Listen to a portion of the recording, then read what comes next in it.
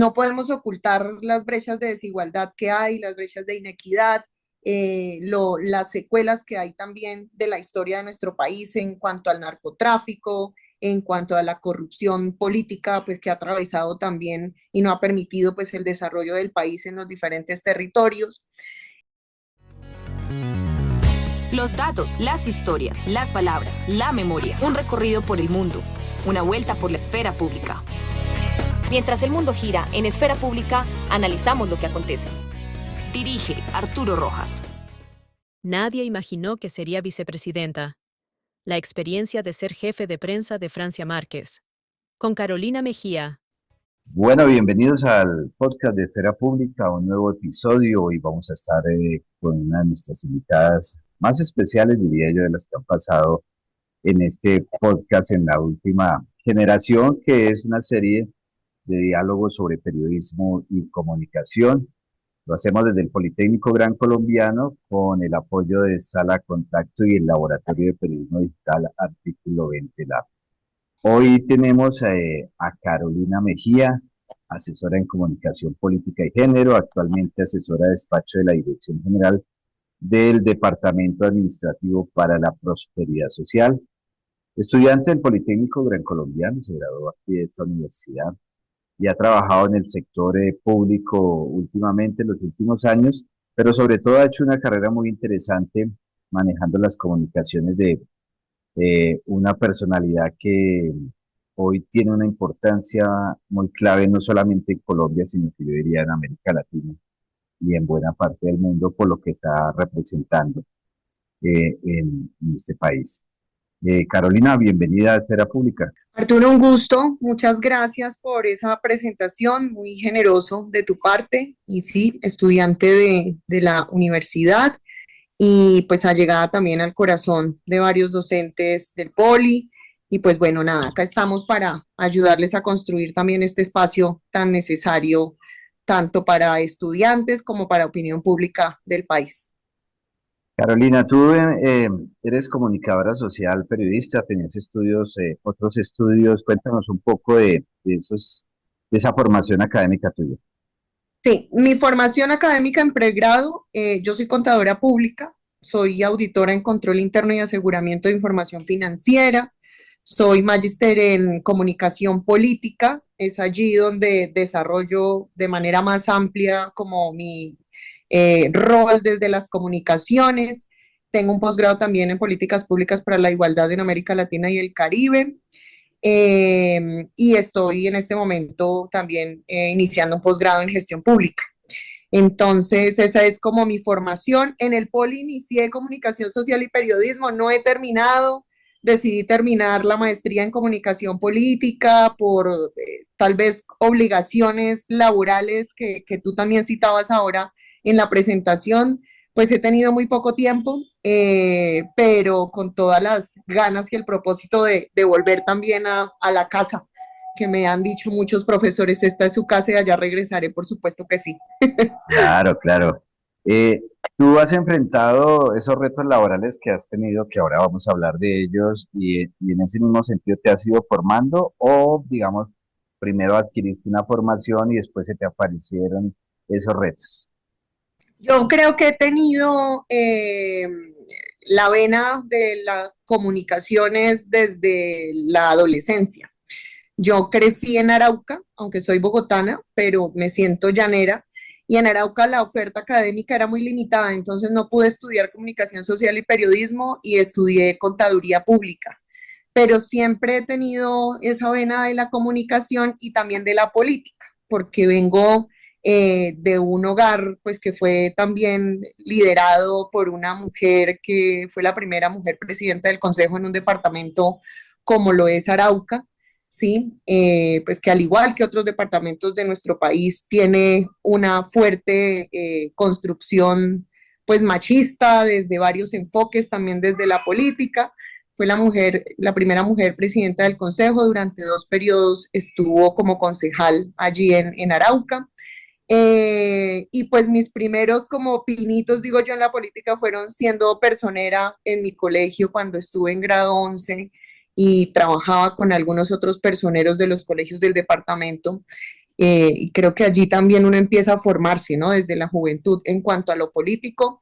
Después, en época de pandemia, empecé a estudiar comunicación social y periodismo y un tiempo atrás estaba como vinculada a algunos proyectos de comunicación, siempre muy activista desde lo político. Yo pues me reconozco una mujer feminista, formada desde el feminismo hace más o menos unos 8 o 10 años.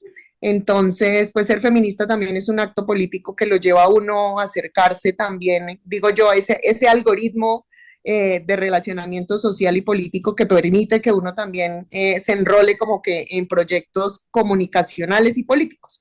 Entonces, a lo largo de ese camino, decidí formarme también como magíster en comunicación política, y me encuentro también con la oportunidad de conocer a Francia Márquez y me vinculo activamente a su proceso de campaña durante su candidatura como presidenta, eh, y pues puntualmente en todo el proceso de las votaciones de la coalición del pacto histórico, la apoyo como jefe de prensa, entre varios roles que se hacen al interior de una campaña con recursos tan limitados o casi nulos como fue la campaña de Francia Márquez.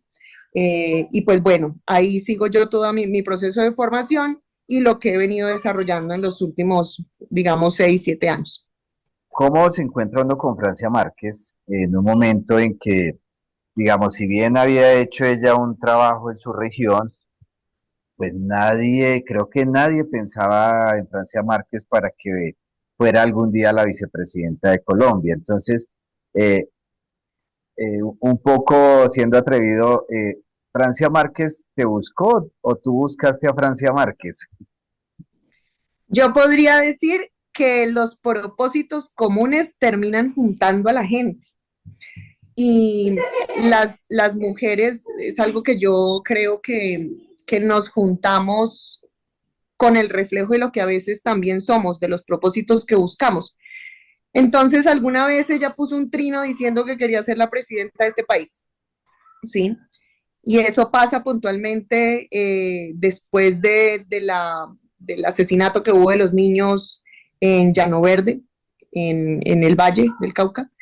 Y yo me acerco a esa reunión que ella convoca y allí nos conocimos y allí yo, digamos que podría decirlo en un término, me alineo, me siento como representada por una mujer que es madre soltera, que ha sido desplazada por el conflicto armado, como también lo fui yo, desplazada por el conflicto armado en Arauca, con toda mi familia, que ha sido una mujer pues popular, que ha sido una mujer de provincia. Yo crecí, toda mi vida fue en Arauca, en el municipio de Arauca.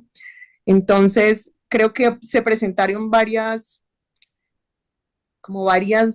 cosas que nos hacían que me hacían sentir representada ahí en esa propuesta política también de ella. Y a partir de esa reunión empecé a ser parte de ese proceso político, conocerla, conocer el Soy Porque Somos, que se estaba construyendo y que pues surge de un proceso popular, de su tierra, de la gente como de su territorio en Suárez, Cauca, y empezamos ahí a caminar desde esa época hasta acá, vinculadas por el propósito común, pues de ayudar, de transformar al país y poderle contribuir a la gente que más lo necesita, pues con el trabajo desde la política. Hubo una frase que ella dijo puntualmente que yo creo que fue la que a mí más me sumó a este proyecto, y es que yo, ya después de que a mi familia la desplazan de Arauca por el ejercicio político de mi mamá, yo creo que a mí me marcó mucho, sin necesidad de decirlo, pero yo decía, yo no quiero saber nada de política, no quiero meterme en esto, aunque siempre fui activista como por los derechos de las mujeres y de las niñas principalmente, pero la frase es como que, pues yo me meto en la política porque la política se metió conmigo y con mi familia y mi comunidad. Y a la larga dije, fue lo mismo que a mí me pasó y es lo mismo que yo he estado viendo, la política tradicional que ha sido permeada por la corrupción, y por todas esas prácticas cero éticas que no nos han permitido salir del lodazal en el que todavía nos encontramos, porque en todo caso el gobierno nacional que está en este momento pues está sembrando la semilla de transformación de décadas de política tradicional que lo único que le ha hecho es daño a este país. Entonces ha sido más o menos así como a grosso modo para contarte cómo contactamos con la vicepresidenta en su momento cuando era candidata. Pero ¿tú inicias en temas de comunicación o inicias más en un apoyo dentro del activismo? No, inmediatamente en mi apoyo está ligado directamente a un rol de comunicaciones como su jefe de prensa y el relacionamiento con medios de comunicación y entre otras actividades pues que surgen a lo largo de una campaña en donde, como te decía al principio, no hay recursos, ¿sí? Y todos hacemos todo lo que podemos y todos sumamos y todos contribuimos y todas las personas que estamos allí nos movilizamos de alguna manera por el único propósito y es de pues buscar un cambio de las personas y de la apuesta política que llegue al poder y que llegue a liderar el Estado Nacional. Puntualmente entro directamente como su jefe de prensa y a manejar temas de comunicaciones. Venía ya de algunos proyectos comunicativos también, entonces allí ya tenía un relacionamiento con medios de comunicación y creo que si pudiera destacar alguna habilidad de mi parte es el relacionamiento público y el relacionamiento con medios. Entonces, creo que esa es una de las habilidades que pude aprovechar muy bien dentro del proceso de campaña. ¿Cuáles fueron esos obstáculos, esos principales retos que encontraste al principio? Sí, ahí creo que los principales desafíos estuvieron marcados por la invisibilización de los medios de comunicación, principalmente los medios de comunicación tradicionales. Yo creo que ahí nosotros recibimos la mano y el apoyo de los medios de comunicación, pues alternativos, comunitarios, y fue un proceso bien complejo. Tengo que decir que en su momento, cuando tocábamos las puertas de medios de comunicación para que pues, Francia pudiera empezar a ser conocida, ella venía siendo conocida, por supuesto, en una parte de la sociedad que está muy ligada al activismo medioambiental, al activismo social, a la academia, también pues a sectores que trabajan desde el exterior en estos mismos temas, pero pues finalmente Francia en la época en que decidió ser candidata a la presidencia pues no era conocida en el país por la ciudadanía pues del común. Entonces, en esos casos, en esos momentos, creo que enfrentarse a los grandes medios de comunicación, pues que son operados por los conglomerados económicos de nuestro país, que nos tiran las puertas en la cara y nos dijeran no, las mismas encuestas que invisibilizaban siempre esa propuesta política de Francia, no aparecía nunca en las encuestas. Recuerdo puntualmente en algún momento hubo uno de los primeros debates que hubo de los candidatos por coalición, fue el de Semana, y recuerdo que yo llamaba y decía como que, pues venga, no nos llamaron. Y no, es que estamos llamando exclusivamente a las candidatas y candidatos pues que tienen mayores posibilidades de llegar pues a la presidencia.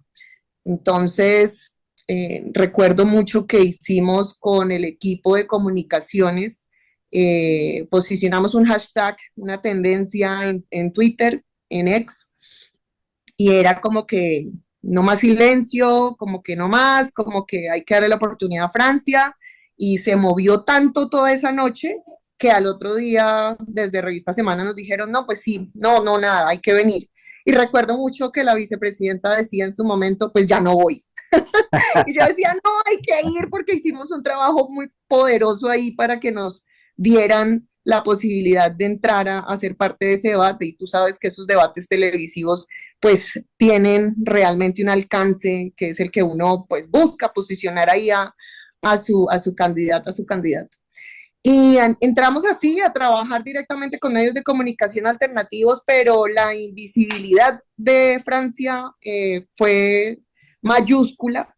La racialización que tuvimos que presenciar, definitivamente, creo que, lo digo también a título personal, no pensé que este país fuera tan racista. Eso te tengo que confesar. Eh, Tuve momentos en donde a título personal decía, es imposible que se pueda tratar de esa manera a una persona. Entonces creo que eso fue también parte de los desafíos que tuvimos que sortear y principalmente ella, que era la persona pues racializada por esas narrativas instaladas por algunos medios de comunicación, por algunos de los líderes de opinión, opositores, en fin, esos creo que son los desafíos más grandes, pero ya en materia de comunicaciones, abrir puertas con los medios de comunicación fue durísimo. Oye, Fue, había una novedad, porque cuando ella ya empieza a ir a los debates, se vuelve una novedad Francia, pero también estos medios de los que hablas terminaron caricaturizándola. En términos de comunicación, es muy complejo manejar eso porque tú tienes que jugar esos juegos de los grandes medios, pero puede terminar en contra en este caso, del candidato. bueno, no solamente la caricatura que hacían de ella como candidata en algunos momentos, porque creo que eso hace parte como de esas Del herramientas que racismo. se utilizan desde los mismos medios de comunicación en este caso se juntan varias cosas, ¿no? Que es como la interseccionalidad con la que uno puede analizar la situación y es ver a Francia Márquez como una mujer popular, como una mujer que viene pues de orígenes populares, de la ruralidad, que también además de ser una mujer joven, una mujer afrodescendiente, y pues una mujer que al igual que la gran mayoría de jóvenes de este país, pues le ha tocado con las uñas sacar adelante unos estudios, un pregrado, pues para poder ser alguien como nos lo han instalado en la cabeza a todos y a todas, ¿no? Entonces allí se suman esas interseccionalidades y uno dice, por ser mujer, por ser afrodescendiente, por ser popular, por ser de orígenes rurales, entonces aquí este es el talón de Aquiles de la coalición del pacto histórico y vamos a darle, pero creo yo, la verdad, que los momentos más cruciales en donde he sentido que, donde más que sentir he percibido y ha sido evidencia, las redes sociales no me dejan mentir, en donde más a ella la han maltratado, la han racializado, ha sido ya siendo vicepresidenta, no como candidata. Creo que nosotros desde la campaña no, no vivimos lo que se vive ya ella estando ejerciendo como vicepresidenta. La racialización, la misoginia, la violencia virtual, la violencia digital, en este momento la violencia política, con ese enfoque puntualmente en ella por ser mujer, la vivimos más en este momento que antes, porque es que cuando ella estuvo como candidata, yo creo que nadie se imaginaba que ella iba a llegar a donde está, ¿sí? Y por eso no era una persona que pusiera en riesgo el status quo y que tampoco pusiera en riesgo lo tradicional de lo que se veía en el poder. Pero cuando ella ya llega a ser vicepresidenta, entonces pasan todas las cosas que, pues por supuesto, ya conoces, que ya nosotros sabemos, y es la caricaturización de lo que es su trabajo, y es intentar también infantilizar de alguna manera algunas de sus posturas, violentarla digitalmente en las redes sociales, pues entre otras acciones. Y yo creo que ante eso uno desde las comunicaciones tiene dos alternativas. Una, o salir a defenderse, ¿sí? O dos, que es la que generalmente, por la que yo siempre me inclino, es salir a trabajar y a demostrar que se puede hacer. Creo que la defensiva no ayuda mucho, ahí se quema uno y gasta mucha energía desde las comunicaciones también. Entonces hay que saber cuáles batallas se seleccionan desde las comunicaciones también, desde lo político. Y sobre todo en ciertos momentos donde no hay mucha plata, donde no tienes el apoyo económico de grandes conglomerados, sino que pues una mujer como Francia venía, era pues prácticamente sin dinero a tratar de buscar esos espacios de otra manera. Entonces, esa es otra talanquera, ¿no? El tema del dinero. Yo creo que sí, por supuesto es una de las grandes limitantes. Ahí se hace una campaña con las uñas prácticamente. Todo el proceso también de recolección de firmas es un proceso supremamente costoso que realmente abre unas brechas inmensas para que de verdad cualquier ciudadano o ciudadano pueda pues contemplar la idea de ostentar un cargo de voto popular, de representatividad popular. Y fue muy complejo, por ejemplo, todo ese proceso de recolección de firmas nos dimos cuenta de que sin plata era muy difícil. Creo que ese fue el motivo también por el cual no logramos alcanzar el número de firmas que se requerían, pero el dinero, puntualmente sí, los recursos son una limitante grandísima para que una persona pueda pensarse candidato o candidata y participar también de un proceso electoral. Una cosa que me queda ahí en la primera parte que hablábamos, Carolina, y es cuando tú asumiste las comunicaciones ya pensando en campaña, ¿qué, qué perfil de Francia Márquez querías mostrar? ¿Cuál era, cómo, pensémoslo ya como estratega, qué planeaste? Dijiste, esto es lo que yo quiero que la gente vea como que es Francia Márquez. En los espacios que he tenido oportunidad de hablar de esta experiencia, no solamente desde como desde lo profesional, sino también como una experiencia vital, yo destaco que este no fue un trabajo mío, Arturo, que este fue un trabajo colectivo de muchas personas que se sumaron sin necesidad exclusivamente de tener una formación como estrategas en comunicación política. Yo creo que Colombia estaba atravesando un momento coyuntural que exigía un cambio. Pasamos de la pandemia a un estallido social y toda la cantidad de cosas que vivimos en esa época que exigían que la cara del poder cambiara, ¿sí? Y ese trabajo colectivo que se hizo con la gente desde los diferentes territorios de este país y allí me gustaría también destacar que de manera muy orgánica pasaron muchas cosas en cuanto a las comunicaciones. Nosotros teníamos una conceptualización tal vez gráfica, ¿sí? O de imagen, que fue un acto muy generoso de Oscar Guachi, Oscar, se me olvidó ahorita en el momento el apellido, que es un muralista reconocido de Boyacá, que vive en Cali, que pues es destacadísimo su trabajo, y él le regala a Francia ese afiche colorido divino, ¿sí? Que en redes sociales y periodistas pues destacaban que era la mejor imagen de campaña fue la de Francia. Eso creo que era lo que se decía. Entonces, de manera muy orgánica se dieron muchas cosas, entre esas varias acciones desde las comunicaciones, desde los territorios, los comunicadores populares, los medios de comunicación comunitarios, los medios de comunicación alternativos, la gente que con un celular y con aplicaciones pues de pago propio cada quien hacían productos, contenidos. Había todo un movimiento de gente intentando generar comunicaciones desde todos los territorios.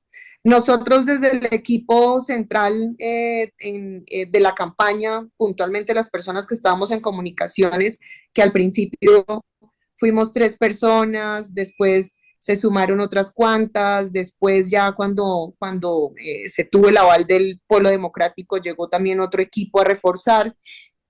Nosotros lo que queríamos posicionar de Francia Márquez, y esto lo digo yo también en un artículo de investigación que publiqué en una revista indexada en España hace poco, que fue mi trabajo de grado de la maestría en comunicación política, y es como unos elementos muy puntuales partiendo desde el que posa no pasa, y es que con Francia Márquez nunca hemos tenido que posar de nada porque ella es una mujer genuina tal cual como es.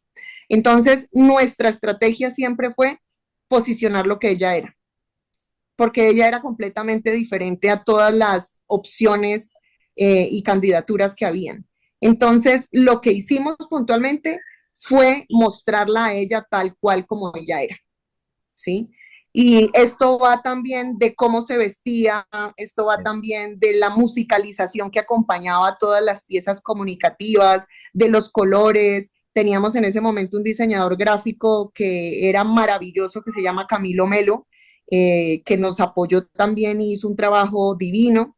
Y todo esto conectado con las emociones y el corazón, siempre. Creo que eso fue lo que permitió también llegarle a muchas personas en lugares recónditos del país. Muchos siguen pensando en la comunicación de los 70 y de los 80 desde la izquierda. ¿Cuál es tu visión ahí? ¿Está trancada esa comunicación también y no ha podido divulgarse a la sociedad por eso? ¿O cuáles otras cosas crees que estén sucediendo? Yo creo que hay un reto muy grande y ese reto no es solamente de las comunicaciones, sino del mismo gobierno, ¿no? Porque las realidades de nuestro país, eh, pues no podemos ocultar las brechas de desigualdad que hay, las brechas de inequidad, las secuelas que hay también de la historia de nuestro país en cuanto al narcotráfico, en cuanto a la corrupción política, pues que ha atravesado también y no ha permitido pues el desarrollo del país en los diferentes territorios. Y hay ese es como el desafío más grande del gobierno nacional, por un lado. Ahora, por el lado de las comunicaciones están ligadas también a ese mismo desafío que tiene el gobierno nacional, ¿sí? Y puntualmente porque aunque nosotros desde las comunicaciones en las diferentes entidades, yo valoro y respeto mucho el trabajo de mis colegas en las diferentes entidades, sé que todo el mundo está haciendo un trabajo mayúsculo y de gran envergadura, la responsabilidad que se tiene en cada una de las entidades. Yo creo de alguna manera que hemos dejado de comunicar como lo hicimos en campaña que movió tanto a la gente y que llegó tanto a esos lugares recónditos del país, como lo mencionaba hace un momento. Y en algunos momentos, en lo personal, yo pienso que lo público termina acaparando la gran capacidad y el espacio y el tiempo de la gente también desde las comunicaciones. Es decir, hay una cantidad de actividades técnico-administrativas que te consumen, ¿sí? Y que de alguna manera acaparan hasta la creatividad de la gente. O sea, si yo te doy una respuesta honesta, eso para mí yo creo que hace parte también de lo que influye de alguna manera en que no haya todo el tiempo que uno quisiera para dedicarle mera y exclusivamente a las comunicaciones. Lo otro también es que desde las comunicaciones destinamos mucho tiempo, aunque no se quiera, destinamos mucho tiempo a las coyunturas y atender esas coyunturas es estar defendiéndonos con mucha frecuencia, ¿sí?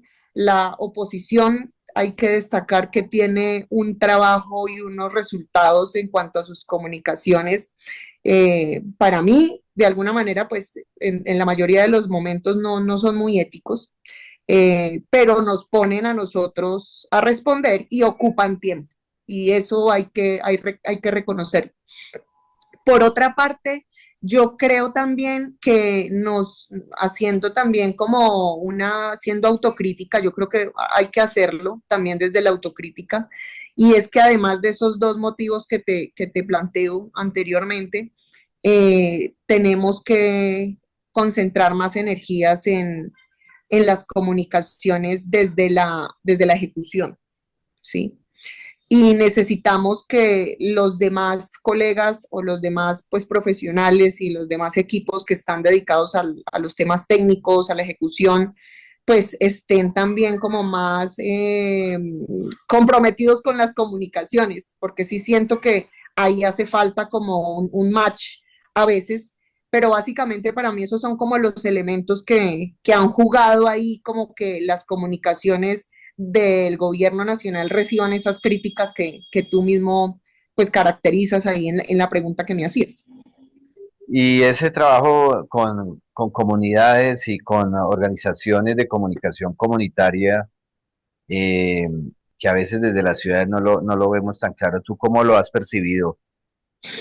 Yo creo que este es el primer gobierno que le da partido a los medios de comunicación alternativos y comunitarios, Arturo, la verdad. Yo no creo, antes si vemos los medios de comunicación tradicionales eran los que tenían mayor partido y mayor juego en las comunicaciones, pues para pauta, puntualmente lo que tú mencionas, desde gobiernos anteriores.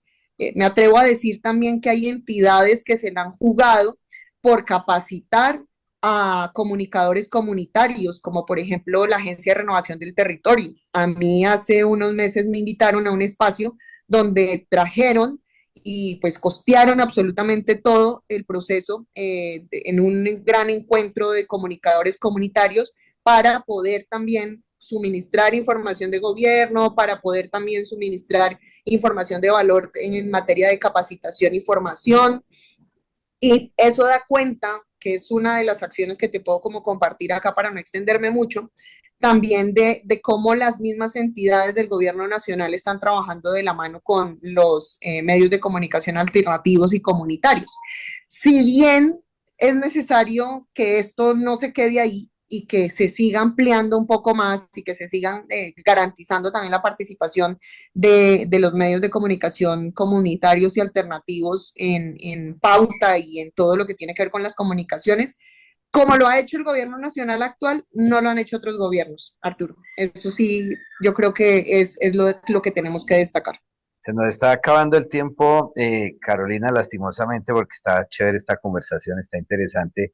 Eh, ¿Cuáles son los retos que tenemos comunicativamente? Ya mencionaste algo, pero esos grandes retos que ves que tenemos para poder pasar este gobierno y trascender, ¿no? Porque creo que ahí está el tema. Tú bien lo decías al principio, se está sembrando una semilla, pero pues ahí es que trascender. Sí, sí, hay que trascender. Yo creo que acá también tenemos que hacerlo con sentido de realidad. Y ese sentido de realidad nos tiene que llamar a pensar que las transformaciones que este país necesita no se pueden lograr en 4 años de gobierno, ¿sí? Después de décadas de haber estado liderados y en manos de la derecha política del país, yo creo que tenemos que partir de ese sentido de realidad. Desde las comunicaciones, los desafíos más grandes es seguir conectando con la gente, es poder aterrizar todos los mensajes del gobierno nacional directamente a los territorios, anclarlo a los territorios, porque es que finalmente las comunidades y la sociedad es la que sostiene las comunicaciones de un gobierno, ¿sí? Y esto lo podemos percibir pues también en las mismas encuestas, cómo está la imagen del presidente, cómo está la imagen de la vicepresidenta, de los diferentes pues actores políticos. Pero, perdona, es fundamental que las comunicaciones de este gobierno se sigan anclando a la comunidad y a los territorios. Salir un poco de la comunicación tradicional que fue de otros momentos de la historia de nuestro país, salir un poco de los canales de televisión tradicionales, de las emisoras tradicionales, son necesarias. Yo creo que ahí se puede hacer un trabajo también muy valioso. No obstante, el trabajo más profundo que tiene que hacer el gobierno nacional también desde las comunicaciones, y lo venimos haciendo, es trabajar de la mano con la gente, que es quien sostiene la narrativa y es quien sostiene el sueño del cambio y es quien sostiene también ese ideal que se tiene desde el gobierno nacional de hacer de Colombia una potencia mundial de la vida. Y además de eso, pues que podamos vivir en dignidad. Yo creo que eso hace parte de los grandes desafíos que se tienen en las comunicaciones, pero también dependemos de todos los funcionarios que están comprometidos y las funcionarias que están comprometidas en sacar adelante este proyecto político. Bueno, Carolina Mejía, muchísimas gracias por estar aquí en Esfera Pública. Muy interesante esta conversación. Espero tenerte más adelante de nuevo charlando más sobre periodismo y comunicación. Muchas gracias. Bueno, Arturo, un abrazo y muchas gracias a ustedes también y éxitos con el podcast y con todos los proyectos de la universidad que sé que son muy valiosos y contribuyen mucho también al debate político. Esfera Pública, 180 grados de información y 180 grados de análisis. Mientras el mundo gira, en Esfera Pública analizamos lo que acontece. Has escuchado un producto original de Esfera Pública Podcast, Diálogos sobre periodismo y comunicación, bajo la dirección de Arturo Rojas, con el apoyo de Sala Contacto y Artículo 20 Lab, Laboratorio de Periodismo Digital del Politécnico Gran Colombiano.